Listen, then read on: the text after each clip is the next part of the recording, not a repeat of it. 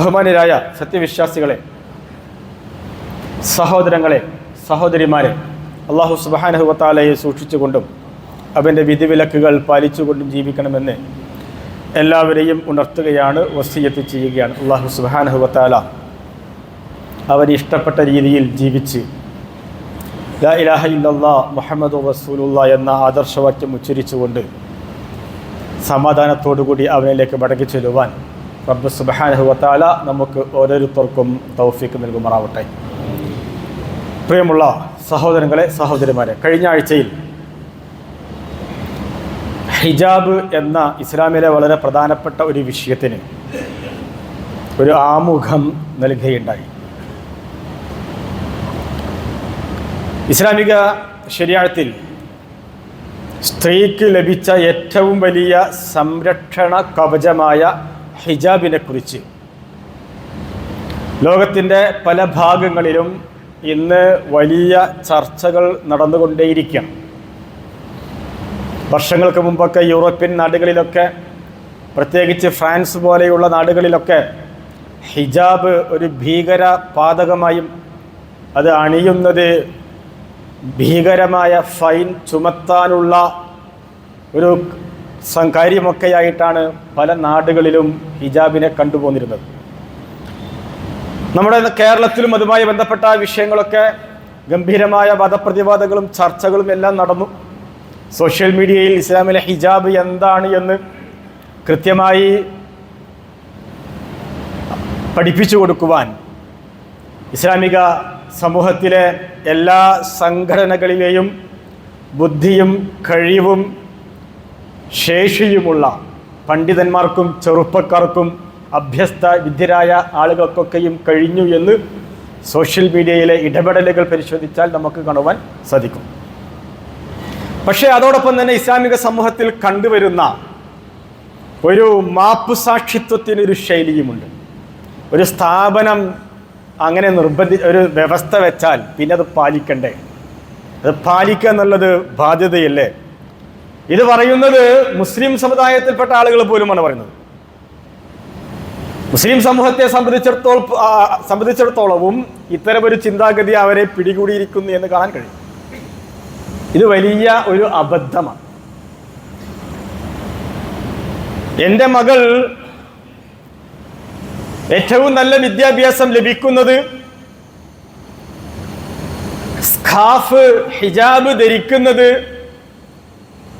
കൊടിയ പാപമായും ഭീകരവാദത്തിൻ്റെ അടയാളമൊക്കെയായി കാണപ്പെടുന്ന സ്ഥാപനങ്ങളിലാണ് അഡ്മിഷൻ, അവിടെയാണ് ലഭിക്കുന്നതെങ്കിൽ, അതാണ് ഏറ്റവും നല്ല സ്ഥാപനമെങ്കിൽ എൻ്റെ മകളുടെ അല്ലെങ്കിൽ എൻ്റെ പെങ്ങളുടെ തലയിൽ നിന്ന് ആ ഹിജാബ് ഊരി വെക്കുവാൻ മടിയില്ലാത്ത, ആശങ്കയില്ലാത്ത വ്യക്തികളും ഈ സമുദായത്തിലുണ്ട് എന്ന് നമുക്ക് മനസ്സിലാക്കുവാൻ സാധിക്കും. ഇവിടെയാണ് യഥാർത്ഥത്തിൽ ഹിജാബ് മുസ്ലിം സമൂഹത്തിലെ സ്ത്രീകളെ സംബന്ധിച്ചിടത്തോളവും പുരുഷന്മാരെ സംബന്ധിച്ചിടത്തോളമൊക്കെ അതൊരു രക്ഷാ കവചമാണ്.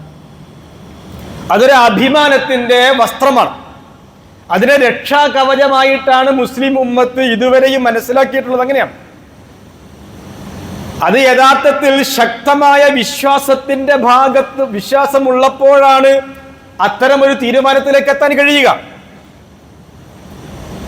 പ്രവാചകൻ സല്ലല്ലാഹു അലൈഹി വസല്ലമ തൻ്റെ കാലഘട്ടത്തിൽ, മക്ക കാലഘട്ടത്തിൽ ശക്തമായ അടിയുറച്ച വിശ്വാസം അണികളിൽ ഉണ്ടാക്കിയതിനു ശേഷമാണ് ഇസ്ലാമിലെ കർമ്മശാസ്ത്ര സംബന്ധമായ അഹ്കാമുകൾ, വിധികൾ എല്ലാം അവരിലേക്ക് പരിശുദ്ധ ഖുർആൻ അവതരിപ്പിച്ചത് എന്ന് നമുക്ക് കാണുവാൻ സാധിക്കും.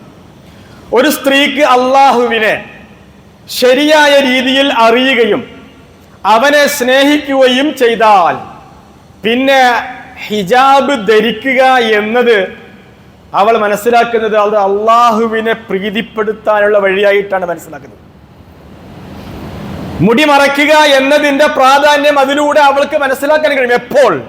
അള്ളാഹു ആരാണെന്ന് മനസ്സിലായാൽ. അതുകൊണ്ടാണ് മക്ക കാലഘട്ടത്തിൽ റസൂലുള്ളാഹി സ്വല്ലല്ലാഹു അലൈഹി വസല്ലമ 13 വർഷക്കാലവും അള്ളാഹു ആരാണ് എന്നാണ് പഠിപ്പിച്ചത്. പിന്നീട് പ്രവാചകത്വം, റിസാലത്ത് എന്നാണ് പഠിപ്പിച്ചത്. പിന്നീട് പരലോകം എന്താണ് എന്നാണ് പഠിപ്പിക്കുന്നത്. ഇതൊക്കെ അഖീദ സംബന്ധമായ കാര്യങ്ങളാണ്, വിശ്വാസ സംബന്ധമായ കാര്യങ്ങളാണ്.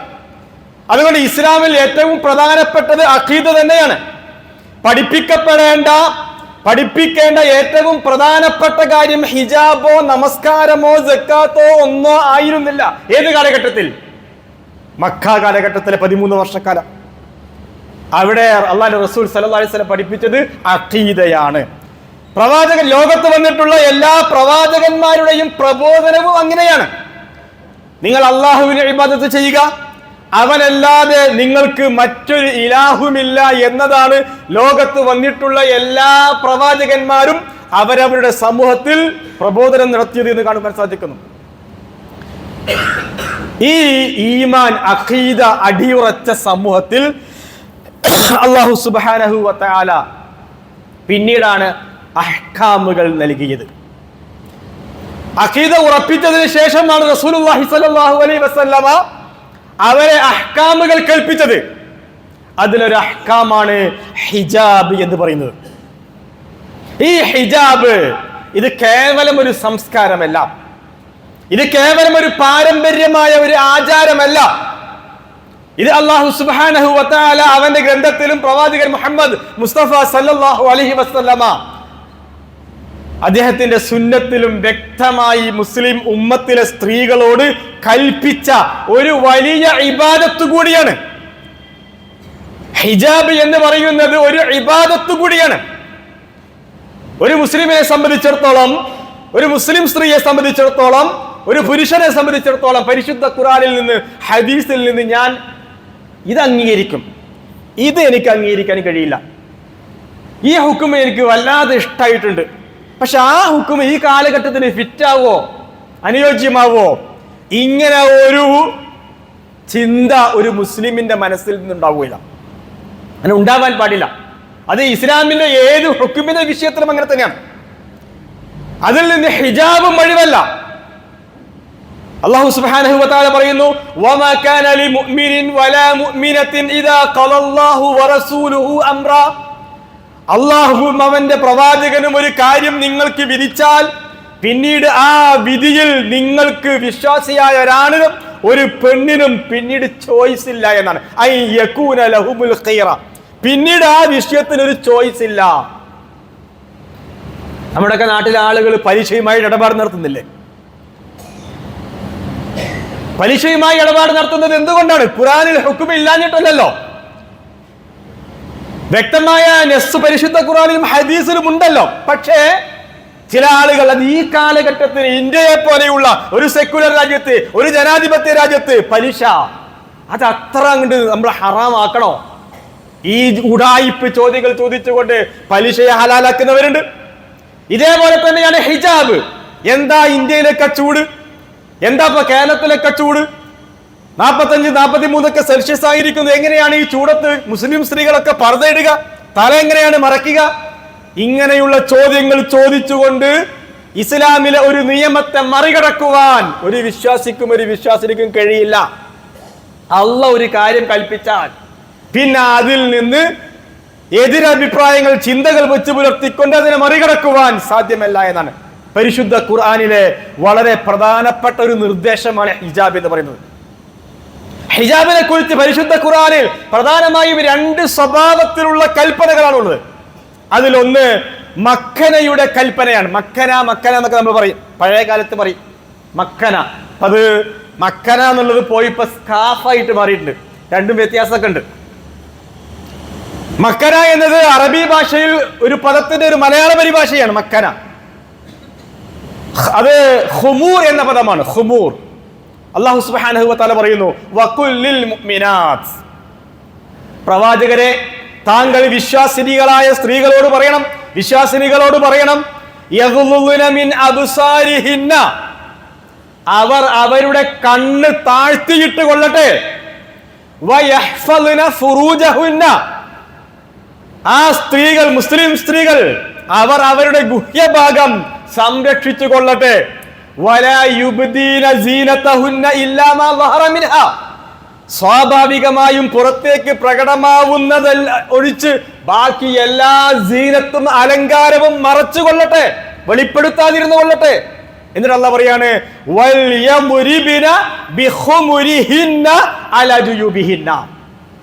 എന്നിട്ട് അല്ലാഹു സുബ്ഹാനഹു വ തആല പറയുന്നു അവരുടെ മാറിടം ഖുമർ കൊണ്ട് മക്കന കൊണ്ട് താഴ്ത്തിയിടട്ടെ എന്നാ. സൂറത്തു നൂർ 31-ാമത്തെ ആയത്താണ്. ഈ ആയത്ത് ഇങ്ങോട്ട് അവതരിപ്പിച്ചപ്പോഴേക്കും ആയിഷ റളിയല്ലാഹു അൻഹ പറയാണ്, സഹാബി വനിതകൾ ബേജാറുകൊണ്ട് തലങ്ങും ബലങ്ങും ഓടുകയാണ്. കാരണം അതുവരെ എന്താണ്, അതുവരെ ഡ്രസ്സുണ്ട്, സാധാരണ ധരിക്കുന്ന ഒരു ഡ്രസ്സുണ്ട്. പക്ഷെ ആ ഡ്രസ്സ് ധരിച്ചാൽ സ്ത്രീകളുടെ അവയവങ്ങളെല്ലാം പ്രൊജക്ട് ചെയ്ത് നിൽക്കുന്ന സ്വഭാവത്തിലാണ്. അതുകൊണ്ട് അല്ലാഹു സുബ്ഹാനഹു വ തആല അതിനെ മറയ്ക്കുവാൻ വേണ്ടി പ്രത്യേകം ആയത്തിറക്കി. ഈ ആയത്ത് ഇറങ്ങിയപ്പോഴേക്കും സഹാബി വനിതകൾ ബേജാറായി. ആയിഷ റളിയല്ലാഹു അൻഹ പറയാണ്, ആദ്യകാല മുഹാജിറുകളായ സ്ത്രീകൾ തങ്ങളുടെ പുടവകൾ കീറി അവ കൊണ്ട് ഉടൻ തന്നെ തലമറച്ചു എന്നാണ്. എന്താണോ കിട്ടിയത് അതൊക്കെ ഏച്ച് കൂട്ടിക്കൊണ്ട് അവർ ഹിമാർ തങ്ങളുടെ മാറിടത്തിൽ അവർ ധരിച്ചു എന്ന് ആയിഷ റളിയല്ലാഹു അൻഹ പറയുന്നു. ഒരാളും ഞാൻ കഴിഞ്ഞ ആഴ്ചയാണ് ഇന്നിട്ട ഡ്രസ്സ് ഞാൻ കഴിഞ്ഞ ആഴ്ച അടിച്ചതാണല്ലോ, അതിന്റെ പഴക്കൊക്കെ കണ്ട് തീരട്ടെ, പുതുക്കൊക്കെ കണ്ട് മാറട്ടെ, ഇനി വേറൊരു മോഡൽ ഇറങ്ങട്ടെ, അതുവരെ ഈ മോഡൽ തന്നെ ഞാൻ ധരിക്കട്ടെ എന്ന് പറഞ്ഞുകൊണ്ട് ഒരു സ്ത്രീയും ഒരു പ്രവാചകന്റെ കാലഘട്ടത്തിൽ ഒരു സഹാബി വനിതയും ഈ നിർദ്ദേശം പാലിക്കുന്നതിൽ നിന്ന് പിന്നോട്ട് പോയില്ല എന്നാണ്. എന്താ കിട്ടിയത്? അതുകൊണ്ട് അവർ തലയിലൂടെ തങ്ങളുടെ മാറിടത്തിലേക്ക് മുഖം മക്കന താഴ്ത്തി ഇട്ടു എന്ന് ചരിത്രത്തിൽ നമുക്ക് കാണുവാൻ സാധിക്കുന്നു. ഇതിനു പുറമെ മറ്റൊരു ശൈലി പരിശുദ്ധ ഖുർആൻ ഉപയോഗിച്ചിട്ടുണ്ട്, ജിൽബാബ്. അല്ലാഹു സുബ്ഹാനഹു വ തആല പറയുന്നു, യാ അയ്യുഹൻ നബിയ്യു, പ്രവാചകരെ, ഖുൽ, താങ്കൾ പറയണം. ആരോടൊക്കെ പറയണം? ലി അസ്വാജിക, താങ്കളുടെ ഭാര്യമാരോട് എല്ലാവരോടും പറയണം. വ ബനാതിക, താങ്കളുടെ പെൺമക്കളോട് പറയണം. വ നിസാഇൽ മുഅ്മിനീൻ, വിശ്വാസിനികളായ എല്ലാ പെണ്ണുങ്ങളോടും പറയണം. എന്താ പറയേണ്ടത്? യുദ്നീന അലൈഹിന്ന മിൻ ജലാബീബിഹിന്ന, അവർ അവരുടെ ജിൽബാബ് താഴ്ത്തിയിട്ട് കൊള്ളട്ടെ എന്നാണ്. യുദ്നീൻ, യുദ്നി എന്ന് പറഞ്ഞാൽ മുകളിൽ നിന്ന് താഴോട്ടേക്ക് ഇടുന്നതിനാണ് യുദ്നി എന്ന വാക്ക് ഉപയോഗിക്കാം. എന്താണ് ഇടേണ്ടത്? ജിൽബാബ്. അപ്പൊ നിലവിൽ ധരിച്ചിരിക്കുന്ന വസ്ത്രത്തിന്റെ മുകളിലൂടെ തലയിൽ നിന്ന് താഴോട്ടേക്ക് ജിൽബാബ് ഇട്ടുകൊള്ളണം എന്നാണ് പരിശുദ്ധ ഖുർആന്റെ നിർദ്ദേശമാണ്. എന്താ കാരണം? ഹിജാബ് എന്ന് പറയുന്നത് ഔറത്ത് മറയ്ക്കാനുള്ളതാണ്. ഹിജാബ്. നമ്മുടെയൊക്കെ നാട്ടിലൊക്കെ പല പള്ളികളിലും ഔറത്ത് കീസിൽ തൂക്കിയിട്ട് പള്ളിയിലേക്ക് വരുന്ന പെണ്ണുങ്ങളുണ്ട്. പള്ളിക്ക് വരുമ്പോ അരക്കൈയും കൈയൊക്കെ കാണിച്ചും തലമുടിയൊക്കെ കാണിച്ചും കഴുത്തൊക്കെ കാണിച്ചിട്ട് ഔറത്ത് ഹിജാബ് കീസിൽ തൂക്കിയിട്ട് വരാം. എന്നിട്ട് പള്ളിയിൽ വന്നിട്ട് അത് ഇടുക. പല പള്ളികളിൽ കാണാൻ പറ്റും ഇങ്ങനൊക്കെ. ഇവിടൊക്കെ അങ്ങനെ ഉണ്ടോ നമുക്കറിയില്ല, ശ്രദ്ധയപ്പെട്ടിട്ടില്ല.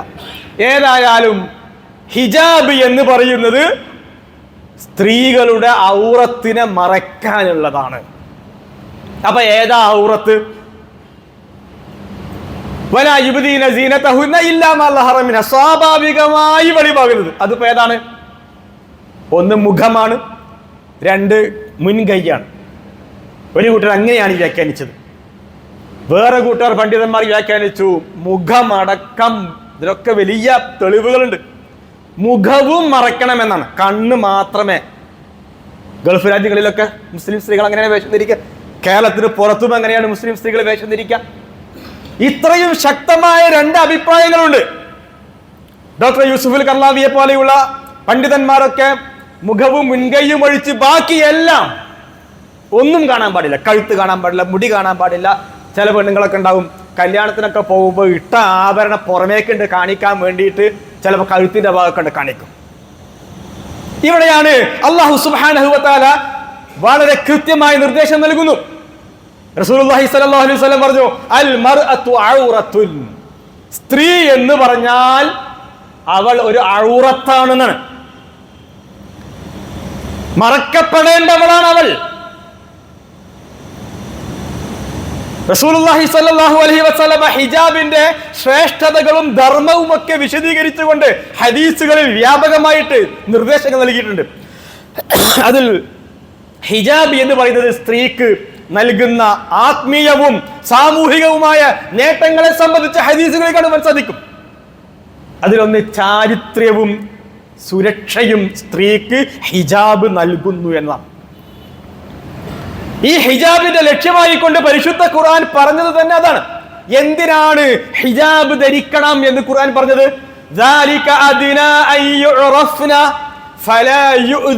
രണ്ട് കാര്യങ്ങൾ എടുത്തു പറഞ്ഞത്.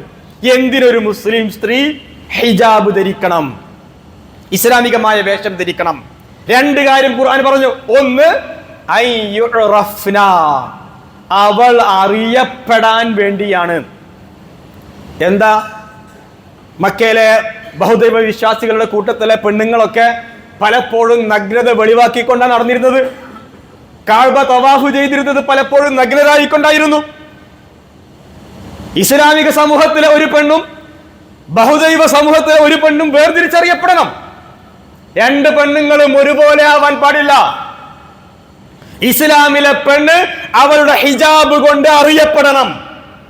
അതാ ഖുർആൻ പറഞ്ഞത്. ഒന്ന് അറിയപ്പെടാൻ വേണ്ടിയിട്ടാണ്. ഹിജാബ് എന്ന് പറയുന്ന ഈ ഡ്രസ് എന്ന് പറയുന്നത് മുസ്ലിം സ്ത്രീയെ മാന്യമായി തിരിച്ചറിയാൻ ഉപയോഗിക്കുന്ന ഒരു ഡ്രസ് കോഡാണ്. അതാണ് ഹിജാബ്. ഏതുപോലെ ഒരു ഡോക്ടറെയും പട്ടാളക്കാരനെയും അവരുടെ വസ്ത്രം കൊണ്ട് തിരിച്ചറിയുന്നത് പോലെ ഇതേപോലെ ഒരു മുസ്ലിം സ്ത്രീ അവളുടെ ഹിജാബ് കൊണ്ട് തിരിച്ചറിയപ്പെടണം. ഇത് സാദാസീത പെണ്ണുങ്ങളെ പോലെ അല്ല ഈ പെണ്ണ്. ഇത് ഇസ്സത്തുള്ള പെണ്ണാണ്, അഭിമാനബോധമുള്ള പെണ്ണാണ്. ഇത് ഹിജാബിലൂടെ തിരിച്ചറിയപ്പെടണം. ഇന്നിപ്പോ അങ്ങനെ തിരിച്ചറിയുന്നുണ്ടോ ഇല്ലതൊക്കെ വേറെ സംഗതി. പർദ്ദട്ടുകൊണ്ട് എന്തെല്ലാം തോന്നിയവാസങ്ങൾ ചെയ്യുന്ന പെണ്ണുങ്ങളുണ്ട്. ഇസ്ലാമിക ആ ഒരു പ്രധാനപ്പെട്ട ആ ചിഹ്നത്തെ പോലും കബളിപ്പിക്കുന്ന, അതിനെ അനാദരിക്കുന്ന രീതിയിൽ എന്തെല്ലാം പ്രവർത്തനങ്ങൾ നടന്നുകൊണ്ടിരിക്കുന്നുണ്ട്. അത് വേറെ സംഗതിയാണ്. ഇവിടെയാണ് അമേരിക്കയിലെ പ്രസിദ്ധയായ ഒരു എഴുത്തുകാരി ഹിലീസ് ആൻഡ് സ്റ്റാൻസ്ബറി എന്ന് പറയുന്ന ഒരു വനിത ഹിജാബിനെ സംബന്ധിച്ചൊരു ഗംഭീരമായ ഒരു വർത്തമാനം നടത്തിയിട്ടുണ്ട്. As the American writer Hilisia Stansbury said, what the European woman lost by removing the hijab was her identity. The hijab protects the woman like a gem. American എഴുത്തുകാരി പറയാണ്. എന്ന് വെച്ചാൽ ഹിജാബ് നീക്കിയതിലൂടെ യൂറോപ്യൻ സ്ത്രീക്ക് നഷ്ടപ്പെട്ടത് അവളുടെ വ്യക്തിത്വമാണ്. ഹിജാബ് ഒരു സ്ത്രീയെ രത്നമാക്കി സംരക്ഷിക്കുന്നത്, രത്നമായിട്ടാണ് സംരക്ഷിക്കുന്നത്. അതാണ് ഹിജാബ്. അങ്ങനെ തന്നെയല്ലേ നമ്മളൊക്കെ ചെയ്യുന്നത്? ഗംഭീരമായ മൊബൈൽ വാങ്ങിയാൽ മൊബൈൽ ചിലപ്പോൾ 1 ലക്ഷം, 1.5 ലക്ഷം, 2 ലക്ഷം ഒക്കെ കൊടുത്തിട്ട് ഈ മൊബൈൽ വാങ്ങാം. പക്ഷെ ആ മൊബൈൽ ലഭിക്കുന്ന കവർ, എന്തിനാണ് ആ കവർ മൊബൈലിന്? എൻ്റെ മൊബൈൽ എല്ലാവരും കണ്ടോട്ടെ എന്ന് പറഞ്ഞിട്ട് ആരും കാണിക്കൂലല്ലോ. എല്ലാവരും പറയുന്നു വീണാ പൊട്ടും, ഉടഞ്ഞു പോകും, ഒരു കവറൊക്കെ വാങ്ങിയിട്ടാളെ. ഇതേപോലെയാണ് ഇസ്ലാമിലെ സ്ത്രീ. ഇതൊരു രത്നമാണ് ഇസ്ലാമിൽ സ്ത്രീ എന്ന് പറയുന്നത്. ആ സ്ത്രീയെ അവൾക്ക് സംരക്ഷണം നൽകുന്നു ഏത്? ഇസ്ലാമിലെ ഹിജാബ്. അതുകൊണ്ടാണ് ഹിജാബിനെ സംബന്ധിച്ച് പ്രഗത്ഭരായ ആളുകളൊക്കെ ആ രീതിയിലുള്ള വർത്തമാനങ്ങളൊക്കെ പറയുന്നത് നമുക്ക് കാണുവാൻ സാധിക്കും. ഹിജാബ് പരിശുദ്ധിയും അഭിമാന ബോധവും നൽകുന്നതാണ്. ഹിജാബ് കാണുന്നവന്റെയും കാണപ്പെടുന്നവന്റെയും ഹൃദയത്തെ ദുർവിചാരങ്ങളിൽ നിന്ന് ശുദ്ധീകരിക്കുന്നു. ഹിജാബ് ധരിച്ച പെണ്ണിനെ ദുർവിചാരങ്ങളിൽ നിന്ന് ഹിജാബ് ശുദ്ധീകരിക്കുന്നു. ഹിജാബ് ധരിച്ച ഒരു പെണ്ണിനെ കാണുമ്പോൾ ഒരു പുരുഷന് അവന്റെ മനസ്സിൽ ദുർവിചാരങ്ങൾ ഉണ്ടാകുന്നതിനെയും അത് തടയുന്നതാണ്. 2 ഗുണമാണ് ഒരു മുസ്ലിം സ്ത്രീ ഹിജാബ് ധരിച്ചാൽ. ഒന്ന്, അവളും ശുദ്ധിയാവും. 2, ആ സമൂഹത്തെ പുരുഷന്മാരും ശുദ്ധിയാവും എന്നാണ്. എത്ര വളരെ സുന്ദരമായ മനോഹരമായ നിർദ്ദേശമാണ് അല്ലാഹു സുബ്ഹാനഹു വ തആല നൽകുന്നത്. അതുകൊണ്ട് അല്ലാഹു പറഞ്ഞു, വഇദാ സഅൽതുമൂഹുന്ന മതാഅൻ ഫസ്അലൂഹുന്ന മിൻ വറാഇ ഹിജാബിൻ. നിങ്ങൾ എന്തെങ്കിലുമൊക്കെ ആവശ്യത്തിന് വേണ്ടി അപ്പുറത്തുള്ള വീട്ടിൽ പോകുമ്പോൾ കോളിംഗ് ബെല്ല് അടിച്ചിട്ട് ഇങ്ങനെ വീട്ടിന്റെ ഡോറിന്റെ മുന്നിൽ നിൽക്കാൻ പാടില്ല. അങ്ങനെയൊക്കെ ചില മനുഷ്യന്മാർ ചെയ്യും. കോളിംഗ് ബെല്ല് അടിച്ചിട്ട് അങ്ങനെ ഡോറിന്റെ നേരെ ഫേസ് ടു ഫേസ് ആയിട്ട് നിൽക്കും. ചിലപ്പോൾ ഒരു സ്ത്രീ വീട്ടിനകത്തുനിന്ന് മിക്കവാറും സ്ത്രീകളാണ് വരിക. ഏത് വേഷത്തിലാണ് ഏത് കോലത്തിലാണെന്ന് പറയാൻ കഴിയില്ല. അപ്പൊ അതുകൊണ്ട് അവിടെ നിങ്ങൾ എന്തെങ്കിലുമൊക്കെ ആവശ്യങ്ങൾ സാധനങ്ങളും ഒക്കെ ആയിട്ട് നിങ്ങൾ ചോദിച്ചു പോയാൽ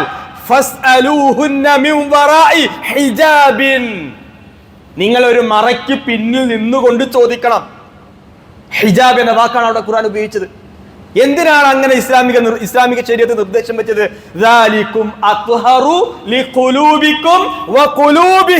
എന്ന് പറഞ്ഞു. ഹിജാബ് ധരിച്ചാൽ, ഒരു മുസ്ലിം സ്ത്രീ ഹിജാബ് ധരിച്ചാൽ ആ സ്ത്രീ മാത്രമല്ല അത്ഹർ, ഏറ്റവും ശുദ്ധിയുള്ളവളാകുന്നത്, മറിച്ചോ ആ നാട്ടിലെ പുരുഷന്മാരും ശുദ്ധിയുള്ളവരാകുന്ന, മാനസിക വിശുദ്ധിയുള്ളവരാകും. സൂറത്തുൽ അഹ്സാബ് 53-ാമത്തെ ആയത്തിൽ നമുക്ക് കാണുവാൻ സാധിക്കും. ഈ ഹിജാബ് ലജ്ജയും ഈമാനും നൽകുന്ന ഒന്നാണ്.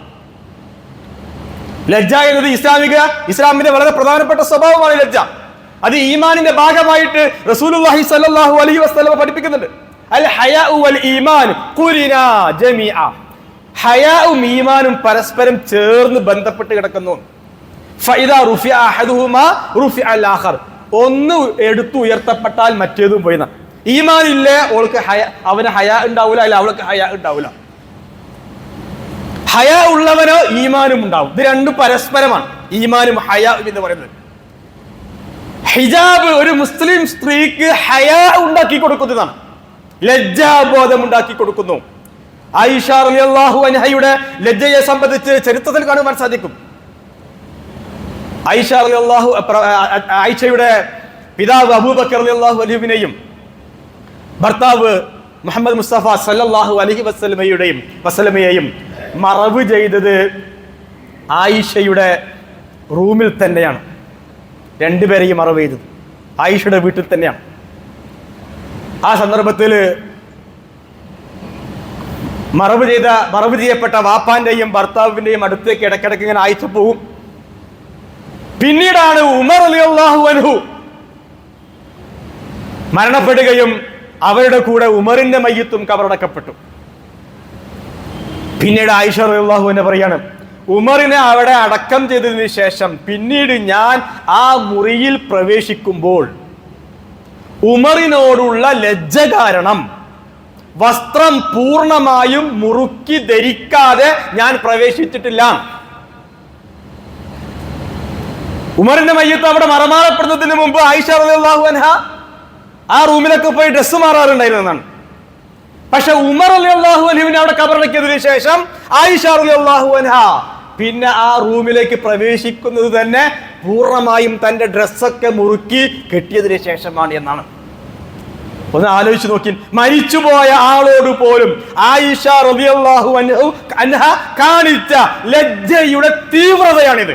അതുകൊണ്ടാണ് അൽ ഈമാനു വൽ ഹയാഉ ഖുരിനാ ജമീഅ എന്ന് പറഞ്ഞത്. രണ്ടും പരസ്പരം ചേർത്ത് ഒരുമിച്ചാണ് പറഞ്ഞിരിക്കുന്നത് എന്ന് പറഞ്ഞു. ഈ ഹിജാബ് തഖ്വയുടെ വസ്ത്രമാണ്. ഹിജാബിന്റെ അന്തസത്ത എന്ന് പറയുന്നത് തഖ്വയാണ്. ലിബാസു തഖ്വ ദാലിക ഖൈർ. ഹിജാബ് എന്ന് പറയുന്നത് തഖ്വയുടെ, ധർമ്മനിഷ്ഠയുടെ വസ്ത്രമാണ്. ഈ ധർമ്മനിഷ്ഠയുടെ വസ്ത്രം അതിനെ ഊരാൻ, അതിനെ പല കോലത്തിലേക്കും ആക്കി മാറ്റുവാൻ, ഹിജാബിനെ പല കോലത്തിലേക്കും ആക്കി മാറ്റുവാൻ ആധുനിക സമൂഹം ശ്രമിച്ചുകൊണ്ടിരിക്കുന്നുണ്ട്. പിശാച് ഇടപെട്ടുകൊണ്ടിരിക്കുകയാണ്. ഹിജാബിനെ അലങ്കോലപ്പെടുത്തുവാൻ ഹിജാബിൽ മോഡലുകൾ, ഹിജാബിൽ ഫാഷനുകൾ, ഹിജാബിൽ ഫാഷൻ ഡിസൈനുകൾ, നിഖാബിലും ഫാഷൻ ഡിസൈനുകൾ, അതിന്റെ മോഡലുകൾ, ഇറുകിയ സ്വഭാവത്തിലുള്ള മോഡലുകൾ എല്ലാം ആധുനിക സമൂഹത്തിൽ ഹിജാബ് സംസ്കാരത്തെ അപകടപ്പെടുത്തിക്കൊണ്ടേയിരിക്കുന്നത് മനസ്സിലാക്കേണ്ടതുണ്ട്. ഇത് ഇബ്ലീസിന്റെ തന്ത്രമാണ്. ആദമിനെയും ഹവ്വയെയും സ്വർഗത്തിൽ നിന്ന് പുറത്താക്കാൻ പിശാച് ശ്രമിച്ചത് അവരുടെ വസ്ത്രം ഊരിയെടുത്തുകൊണ്ടാണ്. അങ്ങനെയാണ് പിശാച് പണിയെടുത്തത്. വസ്ത്രത്തിലാണ് പിശാച് തൊട്ടത്. ആരുടെ? ആദമിന്റെയും ഹവ്വയുടെയും വസ്ത്രത്തിലാണ് തൊട്ട് കളിച്ചത്. അവരെ നഗ്നനാക്കാനാണ് പിശാച് ശ്രമിച്ചത്. അല്ലാഹു സുബ്ഹാനഹു വ തആല ആദം നബി അലൈഹി സ്വലാത്തു വസ്സലാമയോട് പറഞ്ഞു, യാ ബനി ആദം യാ ബനി ആദം, ആദം സന്തതികളെ, ലാ യഫ്തിനന്നകുമുശ് ശൈത്താൻ, നിങ്ങളെ പിശാച് പരീക്ഷിക്കാതിരിക്കട്ടെ. ആരെ പരീക്ഷിച്ചതുപോലെ? കമാ അഖ്റജ അബവൈകും മിനൽ ജന്നതി യൻസിഉ അൻഹുമാ ലിബാസഹുമാ ലിയുരിയഹുമാ സൗഅതിഹിമാ. ഏതുപോലെ പിശാച് നിങ്ങളുടെ മാതാവിനെയും പിതാവിനെയും സ്വർഗത്തിൽ നിന്ന് പുറത്താക്കിയിട്ടുണ്ട്. സ്വർഗത്തിൽ നിന്ന് പുറത്താക്കാൻ ഏതാണ് ഉപയോഗിച്ചത്? ലിബാസു തഖ്വയിൽ മായം ചേർത്തു. ലിബാസു തഖ്വയിൽ മായം ചേർത്തു. അതാണ് പിശാച് ചെയ്തത്. ആ പണി ഇന്നും പിശാച് ചെയ്തുകൊണ്ടേയിരിക്കുന്നു. അത് ഹിജാബിൽ കാണുവാൻ സാധിക്കുന്നു, പർദ്ദയിൽ കാണുവാൻ സാധിക്കുന്നു, ചുരിദാറിൽ കാണുവാൻ സാധിക്കുന്നു. ഓരോ മുസ്ലിം സ്ത്രീയും ധരിക്കുന്ന വസ്ത്രത്തിൽ പിശാച് ഇടപെട്ടുകൊണ്ടേയിരിക്കുന്നു. ഇതൊക്കെ നമ്മൾ നമ്മുടെ ഭാര്യമാരെയും പങ്ങന്മാരെയും എല്ലാവരെയും വിലയിരുത്തേണ്ടതുണ്ട്, പരിശോധിക്കേണ്ടതുണ്ട്. അല്ലാഹുവിന്റെ റസൂൽ സല്ലല്ലാഹു അലൈഹി വസല്ലം പറഞ്ഞു, സിൻഫാനി മിൻ അഹ്ലിൻ നാർ, രണ്ട് കൂട്ടർ നരകാവകാശികളാ. അതിലൊരു സംശയം അല്ലാഹുവിന്റെ റസൂൽ പറഞ്ഞിട്ടില്ല. രണ്ട് കൂട്ടർ, അത് ഒരു കൂട്ടരെ അല്ലാഹുവിന്റെ റസൂൽ എണ്ണിയത് നിസാഉൻ കാസിയാത്തുൻ ആരിയാത്തുൻ മായിലാത്തുൻ മുമീലാത്തുൻ ലാ യദ്ഖുൽനൽ ജന്ന. വസ്ത്രം ധരിച്ചിട്ടുണ്ട്, പക്ഷേ ആരിയാത്താണ്, നഗ്നകളാണ്. എന്താ ഇതിന്റെ അർത്ഥം? വല്ലാത്തൊരു ഡയലോഗാണ് അല്ലാഹുവിന്റെ റസൂൽ പറഞ്ഞത്. വസ്ത്രം ധരിച്ചിട്ടുണ്ട്, പക്ഷേ ആരിയാത്താണ്, നഗ്നകളാണ്. എന്താ അതിന്റെ അർത്ഥം? ഒന്നുകിൽ ആ വസ്ത്രം ഇടുങ്ങിയ വസ്ത്രമാണ്. ഇടുങ്ങിയ വസ്ത്രം ധരിച്ചാലുള്ള അവസ്ഥ നമുക്ക് എല്ലാവർക്കും അറിയാവുന്നതാണ്. അത് നഗ്നതയേക്കാൾ കൂടുതൽ പ്രലോഭനമുണ്ടാക്കും ഇടുങ്ങിയ വസ്ത്രം ധരിച്ചാൽ. ഇതൊക്കെ ആധുനിക ശാസ്ത്രം നമുക്ക് പഠിപ്പിച്ചു തരുന്നുണ്ട്. ഇടുങ്ങിയ വസ്ത്രം ധരിച്ച ഒരു സ്ത്രീയുടെ നഗ്നതയേക്കാൾ ഒരു പുരുഷനിൽ പ്രലോഭനമുണ്ടാക്കുക ഇടുങ്ങിയ വസ്ത്രം ധരിച്ച ആ ശരീരപ്രകൃതമായിരിക്കും. അതുകൊണ്ട് റസൂലുള്ളാഹി സ്വല്ലല്ലാഹു അലൈഹി വസല്ലമ സ്ത്രീകളോട് പറഞ്ഞു, നിങ്ങൾ വസ്ത്രം ധരിക്കണം, പക്ഷെ ലിബാസു തഖ്വയായിരിക്കണം. ലിബാസു തഖ്വയായിരിക്കണം. ആ ലിബാസു തഖ്വയുടെ ഭാഗമാണ് ഇറുകിയ വസ്ത്രം ധരിക്കാതിരിക്കുക എന്ന് പറയുന്നത്. എത്ര കൃത്യമായിട്ട് റസൂലുള്ളാഹി സ്വല്ലല്ലാഹു അലൈഹി വസല്ലം ഇറുകിയ വസ്ത്രം യുവാക്കളോട് തെറ്റായ സന്ദേശം നൽകുന്നു എന്നാണ്. ഇന്നലെ ഇങ്ങനെ ഖുത്ബയ്ക്ക് വേണ്ടി ഇങ്ങനെ റെഫർ ചെയ്തപ്പോ ഒരു സ്കാഫൊക്കെ ഇട്ട് നിസ്കരിക്കുന്ന, 5 നേരം നിസ്കരിക്കുന്ന ഒരു പെൺകുട്ടി കുറച്ച് തന്നേക്കാൾ പ്രായമുള്ള ഒരു ആലിമ, ഒരു പണ്ഡിതയോട് പറയുകയാണ്, ഞാൻ റോട്ടിലൂടെ അങ്ങാടിയിലേക്ക് ഇറങ്ങുമ്പോൾ എന്നെ യുവാക്കൾ വല്ലാതെ ശല്യം ചെയ്യുന്നുണ്ട്. ഞാൻ മോശക്കാരിയൊന്നുമല്ല, ഞാൻ മോശക്കാരി, അത് പടച്ചവനെ പേടിയുള്ളവളാണ്, നമസ്കരിക്കുന്നവളാണ്, ഞാൻ വസ്ത്രം ധരിച്ചിട്ടുണ്ട്, തലമുടിയൊക്കെ മറച്ചിട്ടുണ്ട്, പക്ഷെ എന്റെ പുരുഷന്മാർ എന്നെ ശല്യം ചെയ്യുന്നു. എന്താണ് അതിന്റെ കാരണം എന്ന് അന്വേഷിച്ചപ്പോൾ ഈ പണ്ഡിതയായ ഈ സ്ത്രീ അവളോട് ചോദിക്കുന്നുണ്ട്, ആ ഒരു ഇന്റർവ്യൂ ഉണ്ട്, നീ ധരിക്കുന്ന വസ്ത്രം ഏത് കോലത്തിലുള്ളതാണ്? അപ്പോഴാണ് അവസാനം വെളിവായത് ഇറുകിയ വസ്ത്രമാണ്.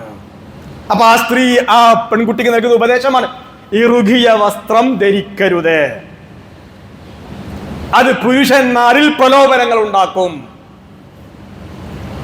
ഇന്നത്തെ അവസ്ഥ എന്താണ്? സ്കാഫ്, ഞാൻ നേരത്തെ പറഞ്ഞു, ഹിമാറും സ്കാഫും തമ്മിൽ വ്യത്യാസമുണ്ട്. ഹിമാറാണ് ഖുർആൻ പറഞ്ഞത്. ഇന്നത്തെ നല്ലൊരു ശതമാനം മുസ്ലിം സമുദായത്തിലെ പെണ്ണുങ്ങൾ ധരിക്കുന്നത് സ്കാഫാണ്. അതിന് ഹിമാർ എന്ന് പറയാൻ പറ്റില്ല.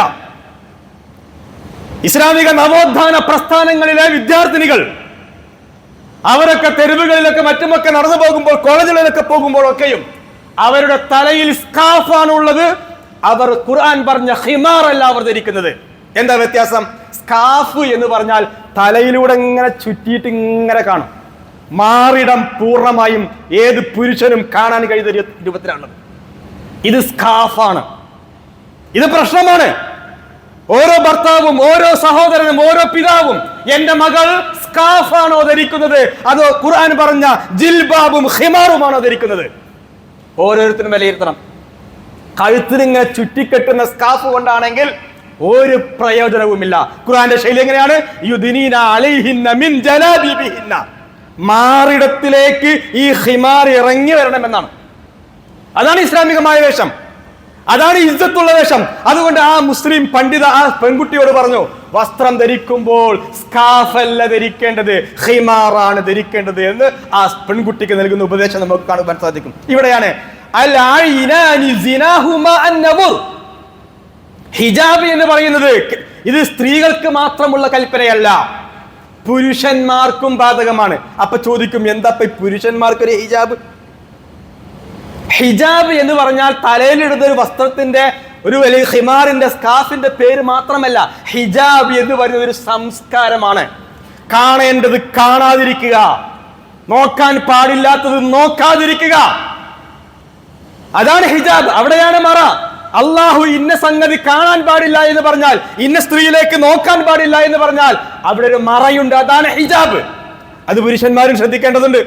അതിനെ സംബന്ധിച്ചാണ് റസൂലുള്ളാഹി സ്വല്ലല്ലാഹു അലൈഹി വസല്ലം പറഞ്ഞത്, അൽ ഐനാൻ സിനാഹുമാ അൻ-നളർ. രണ്ട് കണ്ണുകൾ, ആ രണ്ട് കണ്ണുകൾ വ്യഭിചരിക്കും. എങ്ങനെയാണ് കണ്ണുകളുടെ വ്യഭിചാരം? അത് അന്യ സ്ത്രീയിലേക്ക് നോക്കലാണ്. ഈ നോക്കാൻ ഈ സ്ത്രീകൾ ഇടവരുത്താൻ പാടില്ല. അവിടെയാണ് ഡ്രസ്സിന്റെ വിഷയം. മാന്യമായ വസ്ത്രമാണ്. പർദ്ദയാണെങ്കിലും ചുരിദാറാണെങ്കിലും അത് അല്പം ലൂസോടുകൂടി ധരിക്കണം. ഇവിടെയാണ് റസൂലുള്ളാഹി സ്വല്ലല്ലാഹു അലൈഹി വസല്ലമ വളരെ കൃത്യമായ നിർദ്ദേശങ്ങൾ ഈ വിഷയവുമായി ബന്ധപ്പെട്ടുകൊണ്ട് നമുക്ക് നൽകും. ഇൻഷാ അല്ലാഹ് ഇതുമായി ബന്ധപ്പെട്ട ഇതിന്റെ കുറച്ചുകൂടി ഭാഗങ്ങളുണ്ട്. ഇത് ഓരോന്ന് മുസ്ലിം സമുദായത്തിലെ പെണ്ണുങ്ങളെയും ആണുങ്ങളെയും ഒക്കെ പഠിപ്പിക്കണം. എല്ലാ പരിധികളും ലംഘിച്ചുകൊണ്ടിരിക്കുകയാണ്. ഹുദൂദ് അള്ളാഹ് ഉണ്ടാക്കിയിട്ടുണ്ട്, ഓരോ പരിധികൾ ഉണ്ടാക്കിയിട്ടുണ്ട്. ഈ പരിധി വിടാൻ പാടില്ല എന്ന് അള്ളാഹ് പറയുന്നുണ്ട്. വല്ലാത്തൊരു വിഷയമാണ് ആ വിഷയം. ആ പരിധികൾ ലംഘിക്കുന്നുണ്ട്. ഇപ്പൊ നമ്മുടെയൊക്കെ നാട്ടിൽ ചിലപ്പോൾ ചോദിക്കും, കൂടെ പഠിക്കുന്ന, കോളേജിൽ പഠിക്കുന്ന ഒരു ക്ലാസ് മേറ്റിന്റെ കൂടെ എൻ്റെ മോളെ കണ്ട് ഇരുന്നാൽ, ബൈക്കിൽ ഇരുന്ന് പോയാൽ, കാറിൽ ഒന്നിച്ചു പോയാൽ ആകാശം ഇടിഞ്ഞു വീഴോ ചോദിക്കുന്ന മുസ്ലിം രക്ഷിതാക്കളുണ്ട്. ആകാശം ഇടിഞ്ഞു വീഴും. ഇത് അള്ളാഹ് പറയുന്നതാണിത്. ഏട്ടന്റെ ബൈക്കിൽ അനുജന്റെ ഭാര്യ യാത്ര ചെയ്യുക, ഇതൊക്കെ നമ്മുടെ നാട്ടിൽ വ്യാപകമാണ്. സ്വന്തം ജ്യേഷ്ഠന്റെ അവന്റെ സഹോദരൻ അനുജന്റെ ഭാര്യ ജ്യേഷ്ഠന്റെ ബൈക്കിൽ, അല്ലെങ്കിൽ ജ്യേഷ്ഠന്റെ ഭാര്യ അനുജന്റെ ബൈക്കിൽ. അപ്പൊ ചോദിക്കും, എന്താ അങ്ങനെ കണ്ട് പോകുമ്പോഴത്തേനും ആകാശം ഇടിഞ്ഞു വീഴോ? ആകാശം ഇടിഞ്ഞു വീഴും. ഇൻഷാ അല്ലാഹ് ഇങ്ങനെയുള്ള കുറെ വിഷയങ്ങൾ ഇസ്ലാമിക സമൂഹത്തിലെ ഓരോ കുടുംബവും പഠിക്കേണ്ടതുണ്ട്. ഇൻഷാ അല്ലാഹ് അടുത്ത ഖുതുബകളിൽ സൂചിപ്പിക്കുന്നതാണ്. കാര്യങ്ങൾ മനസ്സിലാക്കുവാൻ അല്ലാഹു സുബ്ഹാനഹു വ തആല നമുക്ക് ഓരോരുത്തർക്കും തൗഫീഖ് നൽകി അനുഗ്രഹിക്കുമാറാവട്ടെ.